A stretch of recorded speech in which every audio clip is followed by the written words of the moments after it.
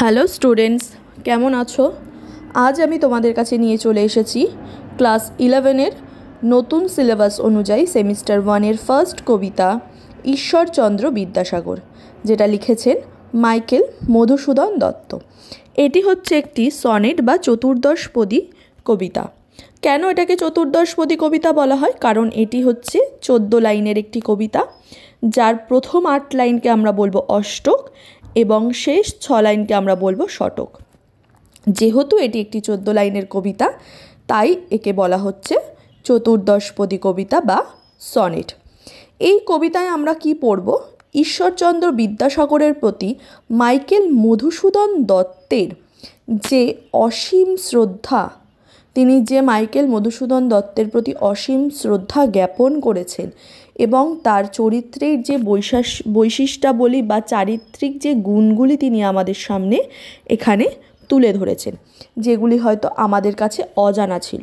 ঈশ্বরচন্দ্র বিদ্যাসাগর এই কবিতার মাধ্যমে মাইকেল মধুসূদন দত্ত আমাদের সামনে তারই গুণাবলী ফুটিয়ে তুলতে চেয়েছেন। তাহলে শুরু করা যাক কবিতাটি। কি বলেছে? বিদ্যার সাগর তুমি বিখ্যাত ভারতে। অর্থাৎ ঈশ্বরচন্দ্র বিদ্যাসাগরকে কবি বলেছেন, তুমি বিদ্যার সাগর নামে এই ভারতে বিখ্যাত। করুণার সিন্ধু তুমি, সেই জানে মনে। বলছে তুমি হচ্ছে করুণার সিন্ধু, মানে করুণার সাগর তুমি। তাহলে এখানে ঈশ্বরচন্দ্র বিদ্যাসাগরকে বিদ্যার সাগর এবং করুণার সাগর হিসেবে তিনি অভিহিত করেছেন। বলছে সেই জানে মনে, একথা সেই জানে। দিন যে, দিন মানে কি? দরিদ্র যে, দিনের বন্ধু, তুমি হচ্ছ তাদের বন্ধু। যে দিন, যে দরিদ্র মানুষ, তুমি তাদের বন্ধু হিসেবে রয়েছ। এখানে কিন্তু দিন বলতে ঈশ্বরচন্দ্র বিদ্যাসাগরকে বলা হয়নি, এখানে দিন বলতে দরিদ্র মানুষের কথা বলা হয়েছে এবং ঈশ্বরচন্দ্র বিদ্যাসাগরকে তাদের বন্ধু হিসেবে অভিহিত করা হয়েছে। ঈশ্বরচন্দ্র বিদ্যাসাগর কিন্তু গরিব ছিলেন না, তিনি সংস্কৃত কলেজের একজন অধ্যাপক ছিলেন। তার মাসিক মাইনে ছিল 500 টাকা, এখন যার মূল্য হচ্ছে বর্তমানে 5 লক্ষ টাকারও বেশি। তাই এখানে ঈশ্বরচন্দ্র বিদ্যাসাগরকে কিন্তু দরিদ্র বলা হয়নি, অর্থাৎ দরিদ্র ব্যক্তিদের তাকে বন্ধু বলা হয়েছে। উজ্জ্বল জগতে হেমাদ্রির হেমকান্তি অম্লান কিরণে। উজ্জ্বল জগতে, অর্থাৎ এই জগতে তিনি উজ্জ্বল কিভাবে? হেমাদ্রি, হেমাদ্রি মানে কি? হেম যুক্ত অদ্রি, হেম মানে হচ্ছে সোনা, অদ্রি মানে কি? পর্বত। অর্থাৎ এখানে হেমাদ্রি বলতে বলা হয়েছে হিমালয় পর্বতকে। হেমকান্তি অর্থাৎ সোনার মতো রূপ, অম্লান কিরণে, তার উজ্জ্বল কিরণে।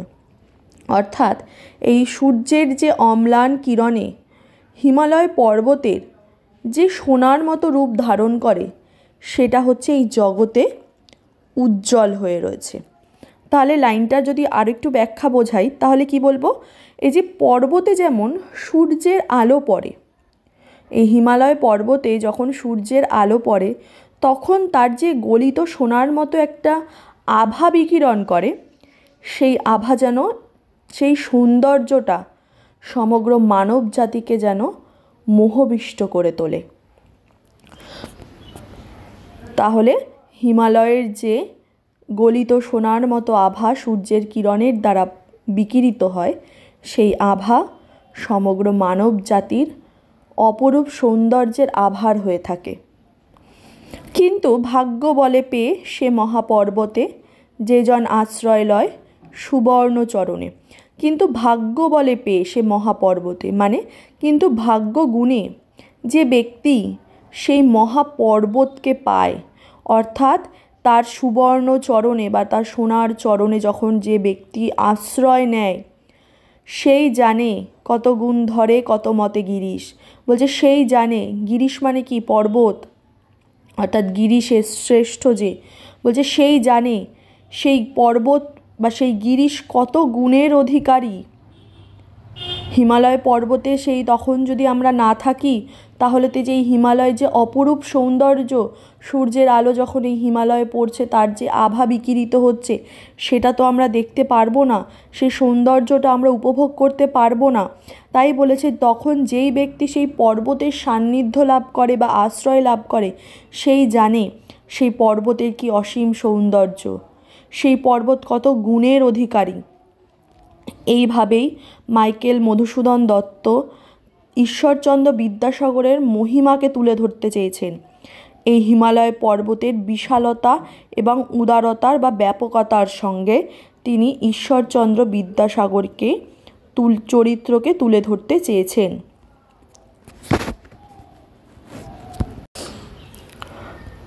কি সেবা তার সে সুখ সদনে, বলছে তার সুখী গৃহে অনেক সেবার আয়োজন। দানে বাড়ি নদীরূপ বিমলা কিঙ্করী, দানে মানে দান করা, বাড়ি মানে জল, নদীরূপ বিমলা কিঙ্করী, বিমলা মানে পরিচ্ছন্ন আর কিঙ্করী মানে হচ্ছে দাসী। অর্থাৎ এই পরিচ্ছন্ন নদী দাসী রূপে আমাদের জল দান করে, যোগায় অমৃত ফল পরম আদরে। তাহলে গাছেরা আমাদের অমৃত মতো সুস্বাদু ফল যোগায়, দীর্ঘশির তরুদল দাস রূপ ধরি। কারা? এই দীর্ঘ গাছেরা।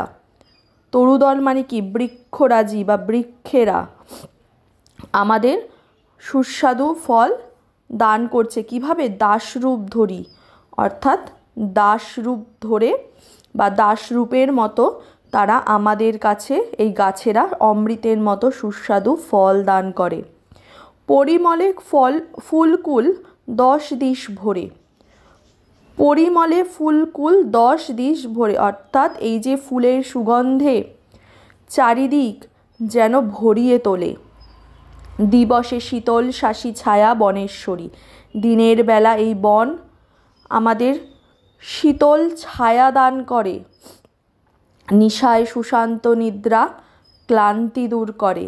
নিশায় মানে রাত্রির বেলা, সুশান্ত মানে শান্তির যে ঘুম, তা আমাদের ক্লান্তিটাকে দূর করে।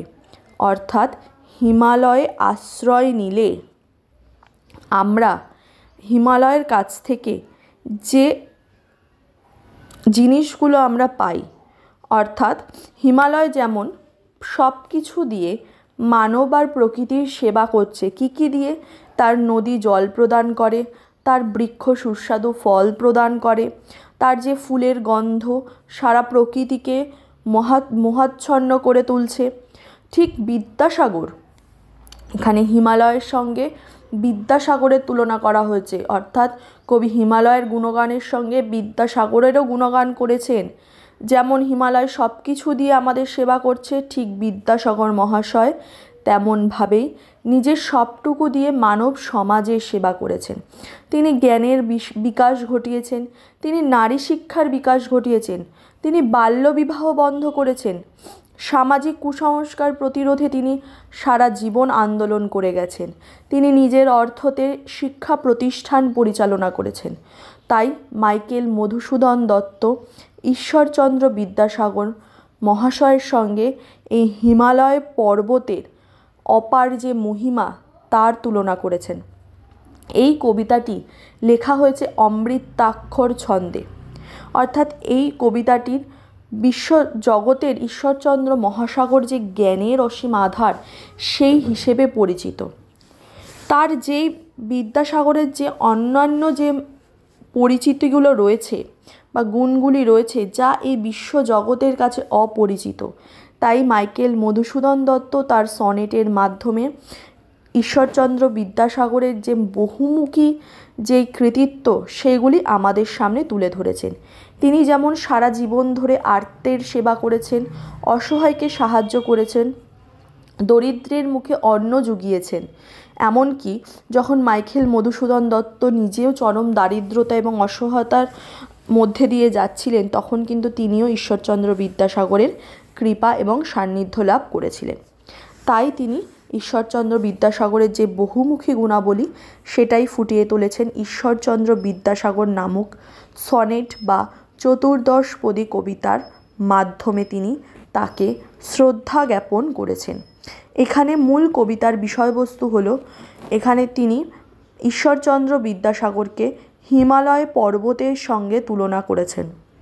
হিমালয় পর্বত যেভাবে তার সৌন্দর্য দ্বারা, যেভাবে তার গুণ দ্বারা আমাদের সাহায্য করে, ঠিক ঈশ্বরচন্দ্র বিদ্যাসাগর তার করুণার সাগর হয়ে, বিদ্যার সাগর হয়ে, দীন দুঃখীদের বন্ধু হয়ে আমাদের সাহায্য করেছেন।